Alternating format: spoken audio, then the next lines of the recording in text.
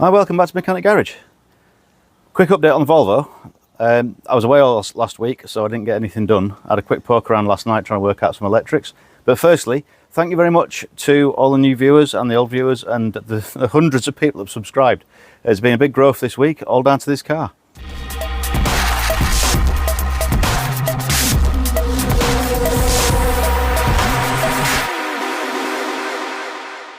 There's been a little bit of diagnostics going on. I had a quick look at it last night. I've got issues with the electric fuel pump relay and an electric fuel pump with a boot that isn't working, and a few other bits and bats that I've been poking around at. I've started putting things back in now, but I've had all this centrepiece out, just check all the wiring and stuff and everything else underneath, because the green fuel pump relay here, they normally fail in a not pumping way. This is failed, sorry, or is giving symptoms of failing with the little timer inside that doesn't stop pumping until you turn the key off, and then I've had a few times turn the key back on and it's still clicked, it pumps in. This relay that's missing here for the heated seats and the electric windows is here. It's basically, that's your layout for it. You've got two linked outlets from the relay. Now, when I was faffing about with it, these two contacts here were dead loose and it blew a fuse, so I've ordered a new one. It's quite badly burnt on the natural relay contact there anyway, but it was absolutely red hot. I mean, burning red hot. So I took it out and ordered a new one from the diagram and the part number on it. So basically, took all this out because there was an issue with the park light switch, which turns out not to be an issue. It's just when it's running, the park light button doesn't turn the light on and off when it's not running, sorry. It does when it's on and off, so that's fine. Weirdly, mileage is going up and it hasn't moved. I looked on the previous video, it was on 0.4 miles, it's now on 0.9. So it's getting a signal from somewhere, which it probably shouldn't be. The clock isn't working, I've had this instruments out and it's got power to it, so I'll have to, I'm going to take this apart to clean because there's lots of muck inside it. I'll have a look at that. Fuel gauge woke up. I'll just take you out the back. Because in there is the tank sender and an in-tank fuel pump. Now the pump itself isn't working. Somebody in one of the comments said that you could hear the main pump struggling because this has died, and is correct. I've checked the wire in here, I've got a good earth and it's open circuit, there's nothing going through in altogether. So I'm gonna have to, I've ordered a new pump.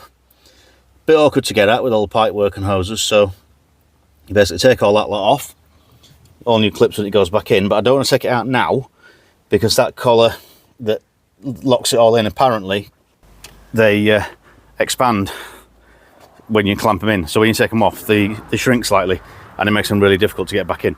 So I'm leaving that until the pump turns up. I've ordered a new engine oil filter. Sorry, I bought a new engine oil filter. I've ordered new wiper blades. Just niff-naff a little bit to start getting there. I'm going to change the oil on it and hopefully we can get to the bottom of this electrical fuel issue. It's not a massive problem. You turn it on, pump runs. Turn it off, the pump stops running. But it's when you crank it and it doesn't start and you leave the ignition on, that's when it holds onto the relay and it keeps the pumps running, which is why on the last video it filled it up and it wouldn't crank. The other thing I did, I managed to clean up all the sunroof channel and the seal. The seal's actually intact. The last one I did, it fell to pieces. To get that out, I had to take the windbreak off, wind deflector, but you can see where it's been because the paint's faded and there's a bonded mark here. I'm going to have to polish it all up anyway. Hopefully some of this will go back to the normal colour. I think I'll end up putting it back on just because of the fact that you can see where it was. Inside, I took the remains of the roof lining out. There was little bits of it, and every time I moved anything, it just showered me in this stuff. And it's just horrible. It gets everywhere. Really brown stuff disintegrating. So I got all that out. Gonna get the roof lining ordered. Probably not just yet. mainly because I've got nowhere else to put it. When I take the seats out to take the roof lining out, the garage is a bit full. So yeah, I'm going to get an oil change done. This is part of my diagnostics of the caravan relays, disconnecting those in case it's back feeding somewhere, but it's not doing. There's been a lot of faffing around, hence the air filters out. But yeah, we're getting somewhere. Plates have come off because they're the wrong font, and I'm going to replace them. The registration that's on it for non-UK viewers is a private plate. Basically, you buy it and you can have your initials or make a word up, which it's not supposed to do, but make it look like a word. And then the car itself has the original number plate from new taken off. Now, you can take the plate back off the car and it will revert back to, in most cases, its original UK plate, which in this was an F-Reg 89. What I'm planning on doing, I've got a valuation coming for it to see if it's worth taking off. I suspect it will be. The similar registrations are going for quite good money, so it means nothing to me. If somebody else can buy it, I can then put the original plate back on, which will suit it better. But either way, the number plates need replacing, whether they get new ones for the private plate or new ones for the F-Reg. So they'll come off anyway, so I can clean up properly and get the rear panel sorted out. Considering it's only had the private plate and its original plate on, it's got 5 sets of holes that have been drilled. I mean, these ones have never been used. They're the original factory ones you should be using, but it's like 5 holes on either side. So what I'll be doing, plug all those up, and the new plates will be getting bonded on, stuck on, because they're a nice flat surface. As you won't be able to see anything, I've already drained the oil underneath. Drop it into a nice clean pot, then you can see whether there's anything bad in it when you drain it. But I've loosened the oil filter off. It's a bit of a pig to get at. Hopefully the oil will go in that and not all over my drive.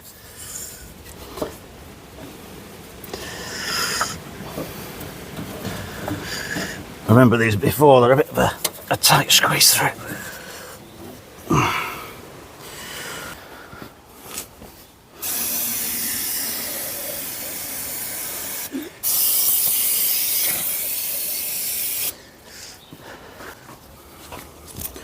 I am going to change this again. This is just an initial flush, so I'll let it clear it all out. I recommend 1040, and as I had some in the shed, it's ideal. Oil and seal. You can't really see anything.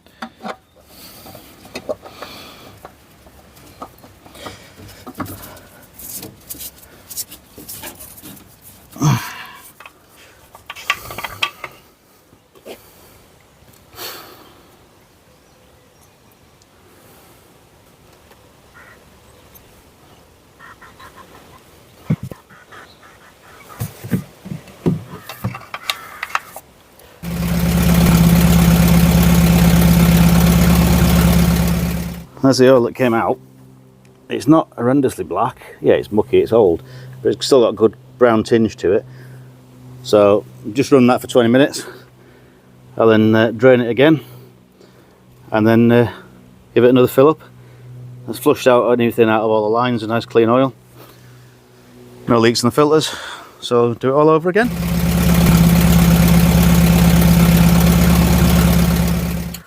Let's have a look how clean it actually is, whether we can see anything or not. Yeah, you can see that right on top of the max, so it's a lot cleaner. It's too clean really, you can't actually see it. There you go, you just see it on the hatching. So that's good now, that's got good clean oil in. Once it's back on the road properly and in regular use, I'll probably do it again. It's not a massively expensive job, but it's I should have done it really before I first started it. I did have one comment that said you just chucked all the old oil in around the engine. It's like, yeah, you're right, it's all in the sump. I should have left it there and drained it out, but it's fairly, excuse me, it's fairly clean what's come out anyway. So right, what shall I do next? All this spider web that's stuck onto the underside of the bonnet. it wouldn't come off with a jet wash, so I made it worse.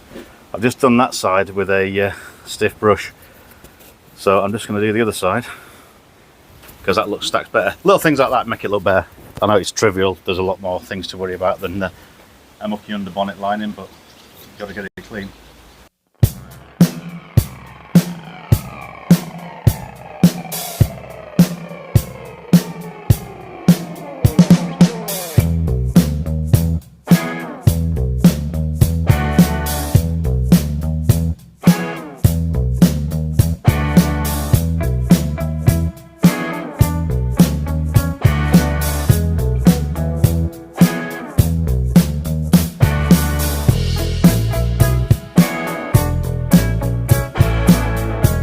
That's better.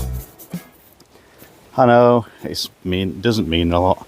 Yes, it's not important in the grand scheme of things, but it's better now. Sun's in the wrong place, but still sort of a few marks on it, but you know, it's just ridiculously. It's like Velcro.